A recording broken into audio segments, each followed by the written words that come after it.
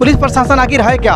मैं पुलिस प्रशासन से यही कहना चाहूँगा कि आप पुलिस प्रशासन रोड पे सिर्फ पैसे वसूलने का काम करेगी कि इसका भी काम करेगी? तो आप लोग कहाँ रहते हैं? जनप्रतिनिधि हैं क्या आप? जी नहीं, जनप्रतिनिधि हैं तो आप कहाँ थे?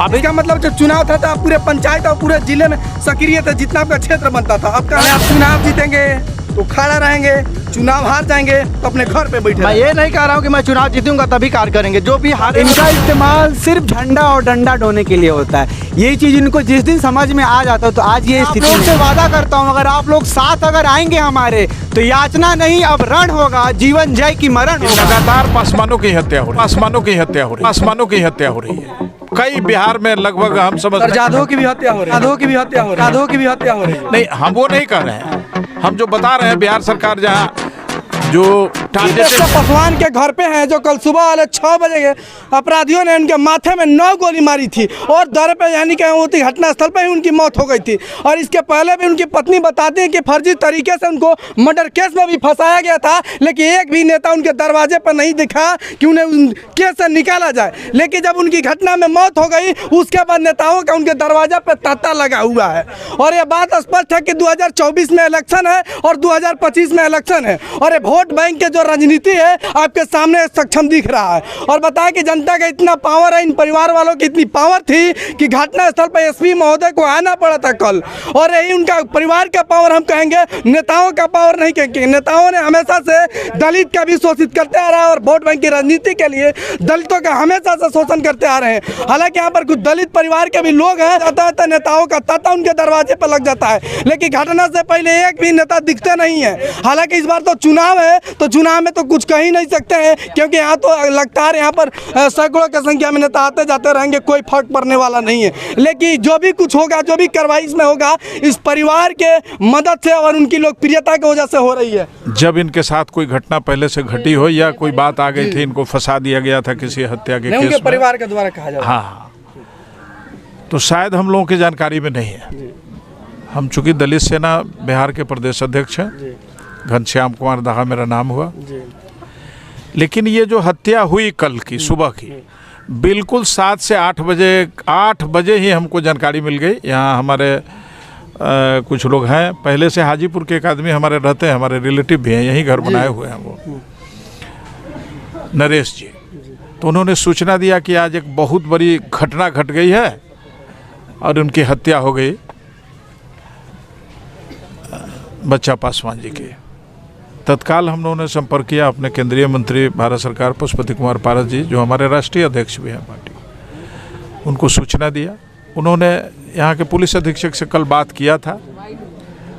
पुलिस अधीक्षक जी आश्वासन दिए थे कि भाई हम इस पर कार्रवाई करेंगे, बताते हैं हम आपको। और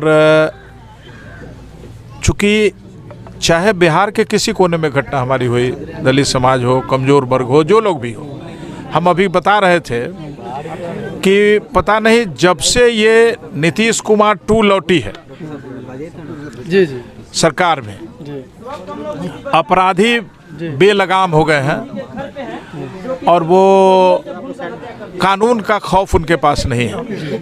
और यही कारण है कि आज हत्याएं हो रही है। और हत्या लगातार, हम ये कहने में कोई गुरेज नहीं है कि लगातार पासवानों की हत्या हो रही है। कई बिहार में लगभग हम समझ जाधव की भी हत्या हो रही है। नहीं, हम वो नहीं कर रहे हैं। हम जो बता रहे हैं बिहार सरकार जहाँ जो टारगेटेड है हम लोग पहले से भी, और ये टारगेट का ही कारण है कि चुन को जहाँ भी जब भी हत्याएं हो रही है उसमें यह समुदाय सबसे पहले है। ऐसा थोड़ी है सर, अभी तो लगता है आपको बता दें कि हम ठीक है, हम बता रहे हैं जिनकी भी हत्या हुई और निश्चित रूप से निंदनीय है। मुद्दे पर आएंगे जी। तो एक्चुअली जैसे आप कह रहे हैं कि जंगल आज 2 वापसी हो गई है, बहुत सारे नेता लोग आ रहे हैं, कह रहे हैं कि वो मतलब एक दूसरे को कोस रहे हैं, लेकिन अपराधी तो अपराधी होता है, अपराधी चाहे ना, अपराधी तो अपराधी होता है। तो हम सब लोग मिल के अपराधी के बारे में क्यों नहीं करेंगे, इसे जल्द पकड़ा जाए और जल्द सलाखों के सबसे पहले मांगे। अभी पहले ही हमने आपको कहा कि जो इस घटना में शामिल अपराधी है उनकी गिरफ्तारी हो, और जो सरकार पहले से बनाई हुई है कि हम ये अदालत में जो उसने कानून बनाया है, चाहे है ना एक अदालत जो तुरंत इसमें सज़ा दिलाने का प्रावधान भी है, इस पर स्पीडी ट्रायल करके ये जो इनके हत्यारे हैं उनको निश्चित रूप से फांसी की सजा दी जाए। लिखित रूप से सर मांग की है सर जिलाधिकारी? आज तो आपके चैनल के माध्यम से जब हम बात कर रहे हैं तो लिखित ही इसको समझिए, लिखित से भी ज़्यादा बेटर है, क्योंकि आप एक जनता की आवाज़ भी हैं, चौथा खंभा भी है, और आपके माध्यम से जो जाएगा वो हमारे लिखित से ज़्यादा होगा। बिल्कुल है कि यहाँ पर कुछ जन जी हमारी मांग है बिहार सरकार से कि आश्रित जो मृतक है उनके आश्रित को निश्चित रूप से उनके योग्यता के अनुसार सरकारी नौकरी मिले और मुआवजा जो उचित मुआवजा होता है वो निश्चित रूप से दी जाए, और इनके सुरक्षा का भी उपाय किया जाए, क्योंकि जो देख रहे हैं हम माहौल, उस माहौल में इनके बच्चे काफ़ी डरे हुए हैं कि कोई घटना भी हो सकती है। ऐसी स्थिति में खासकर हम ये आपके पुलिस अधीक्षक महोदय और जिला पदाधिकारी, जिला प्रशासन से भी हम मांग करेंगे कि अविलंब इस घटना की दिशा में कार्रवाई करें। अगर अभी तक गिरफ्तारी नहीं हुई है तो हम लोग आज इधर से लौटते हैं तो निश्चित रूप से यहाँ के जिला प्रशासन और पुलिस प्रशासन से मिलेंगे और उनसे बात करेंगे कि जितनी जल्दी हो सके उनकी गिरफ्तारी की जाए और स्पीडी ट्रैक चला के उनको फांसी की सजा निश्चित रूप से दी जाए ताकि इस परिवार को न्याय मिल सके। चलिए हमारे साथ मंजर नसीम जी हैं और शशांक शेखर जी हैं, जनसुरा पहुंचे हुए इस परिवार से, पीड़ित परिवार से मिलने के लिए। लेकिन दुर्भाग्य इस बात की है कि जब घटना होता है उसके बाद लोग आते हैं, घटना के पहले चाहे कितना हो दुख में है कोई मिलने के लिए नहीं आता है। कल उनके भाई लोग चिल्ला चिल्ला के कह रहे थे कि चिराग पासवान आएंगे तभी लाश उठेगा, उसके पहले नहीं उठेगा। हमने पूछा कि भरोसा नहीं है, उन्होंने साफ तौर पर कहा कि किसी भी नेता पर भरोसा नहीं है, चिराग पासवान पे ही है। आखिर क्यों ऐसा उन लोगों ने कहा? और आज के दौर में देखा जाए, कल स्थानीय विधायक भी पहुंचे थे, उन्होंने यहाँ के जो मौजूदा सरकार उन पर भी कोस के चले गए, लेकिन यहाँ के वो स्थानीय विधायक थे। क्या कहना चाहेंगे सर जो घटना हुआ कल उसको लेकर?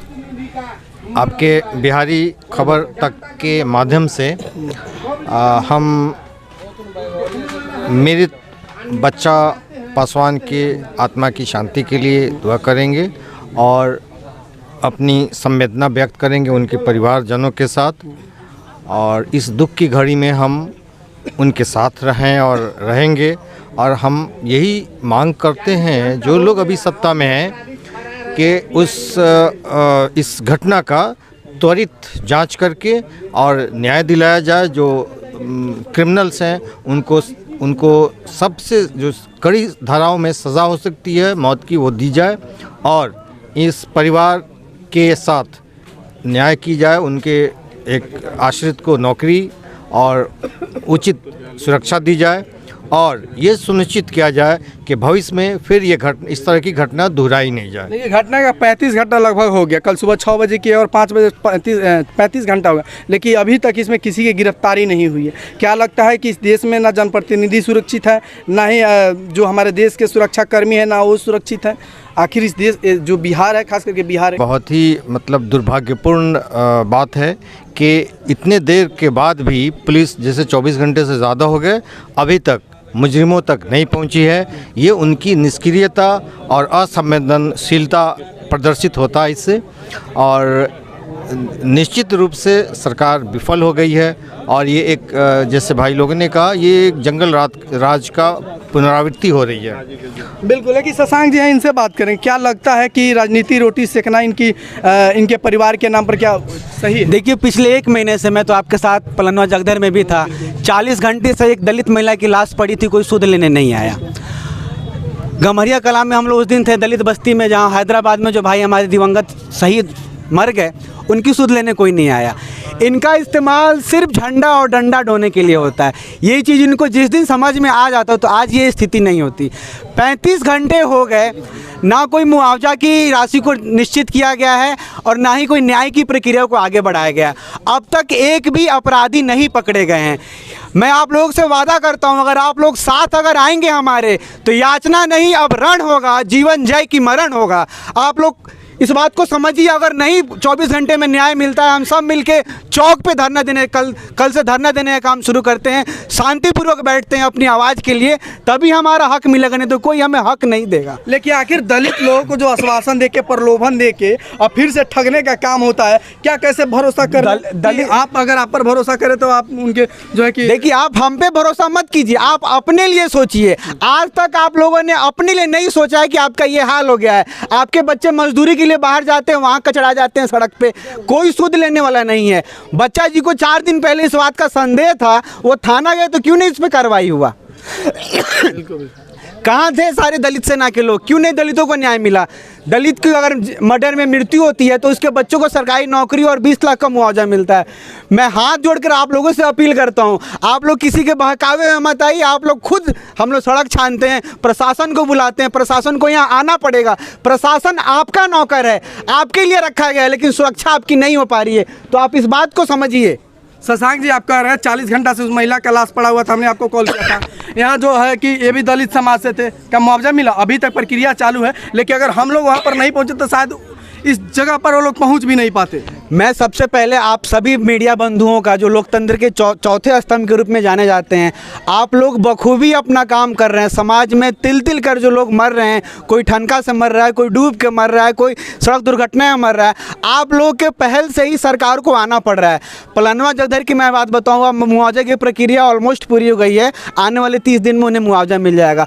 अगर आप लोग खड़े नहीं होते तो शायद ये संभव नहीं होता। मैं हाथ जोड़कर सभी लोगों से ये अपील करता हूं कि आप लोग अपने बच्चे के लिए सोचिए। जब तक आप नहीं सोचेंगे अपने लिए, ना तो कोई आपके लिए नहीं सोचेगा। आज हम सब अपने लिए सोचें और यहाँ आके खड़े हुए हैं। क्या हमने कभी किसी स्कूल के बाहर खड़ा किया कि हमारा बच्चा वहाँ पढ़ के ही नहीं रहा है? आप लोग तो सूदे नहीं लेते हैं। चुनाव आएगा तो आप लोग 2 किलो दारू 2 किलो मांस में बिक जाइएगा, 500-1000 रुपये ले लीजिएगा, और खामियाजा ये भुगतना पड़ेगा। लोग आएंगे कुर्ता पहन के और आपको सहलाएंगे, गले लेंगे और चले जाएंगे। कोई आपके लिए सुनेगा नहीं जब तक आप नहीं जागोगे। चुप्पी लोग तोड़िए, आँख खोलिए, आँखों के पास जो चश्मा लगा इसको हटाइए और अपने लिए लड़िए।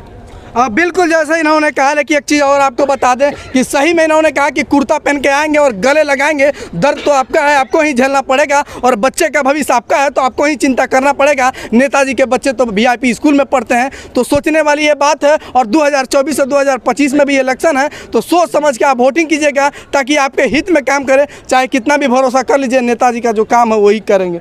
क्या कहना चाहते हैं भैया? मेरा नाम मोहम्मद कलीम आलम हुआ, मैं भवानीपुर पंचायत से हूँ।